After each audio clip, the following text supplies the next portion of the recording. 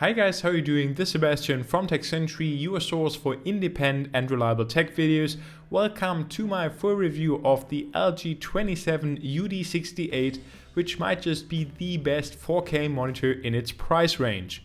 Talking about price, this monitor is currently available from Amazon US for less than $450, and I'll leave a link in the description below. Starting off with the design of this monitor, I personally feel like it looks very elegant with the very small black bezels and the silver stand that looks like it's made out of metal, and overall it also just feels and looks premium. The glossy white plastic on the back also makes it stand out if you, for example, place this in the middle of a room, which is admittedly pretty uncommon. Unfortunately, the build doesn't quite live up to the design. The stand looks like it's made out of metal, but it's just made out of plastic and therefore isn't really that solid.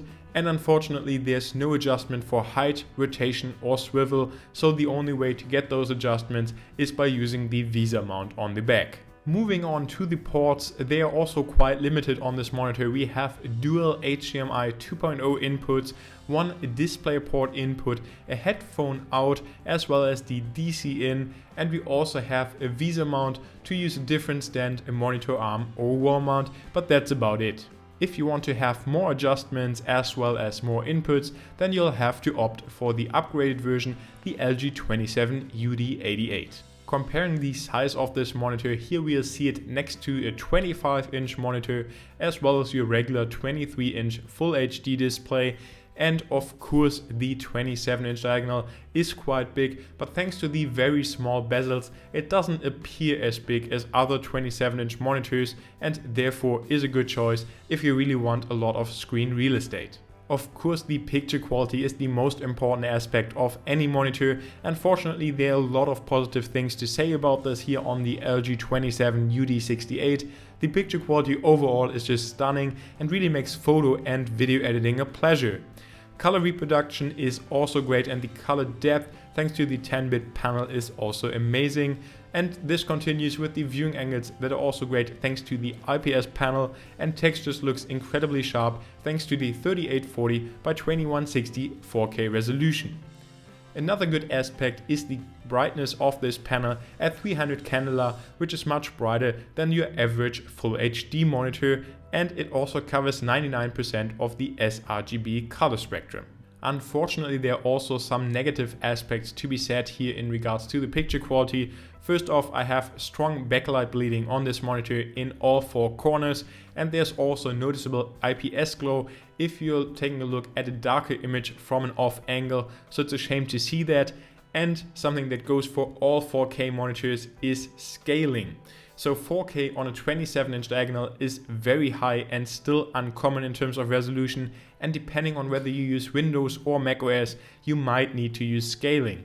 Now on macOS, which I use every day, this is not really much of an issue because you can just use it as if it was a 2560 x 1440 display and still get very sharp text and photos and videos that display in the full resolution. Windows unfortunately has more issues with this topic, so 4K 27-inch monitor might not be the right choice for you. Two other aspects that I quickly want to mention is that I'm personally a big fan of the joystick that's located underneath the monitor to control the on-screen menu. I personally feel like this is a very easy and clean solution to navigate the menus, and I prefer it over, for example, capacitive buttons that you find on the frames, for example, of Dell monitors.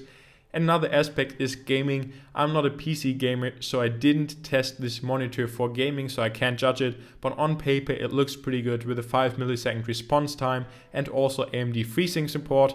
But you also need to know that this monitor only goes up to 60 Hz, so if FreeSync is really necessary or a big improvement on this monitor, something that you have to judge. So it's already time for my verdict, and I have to say, despite all the negative aspects that I have to say about this monitor, I really believe that this is the best 4K monitor that you can purchase for less than $450.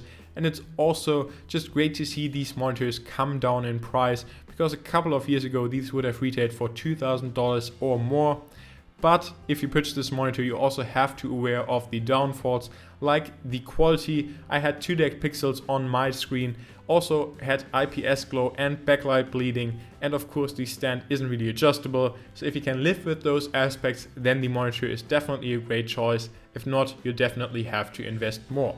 So thank you very much for watching. I really hope that you guys enjoyed the video. Like it if you did, leave your thoughts in the comment below, and also subscribe to the channel.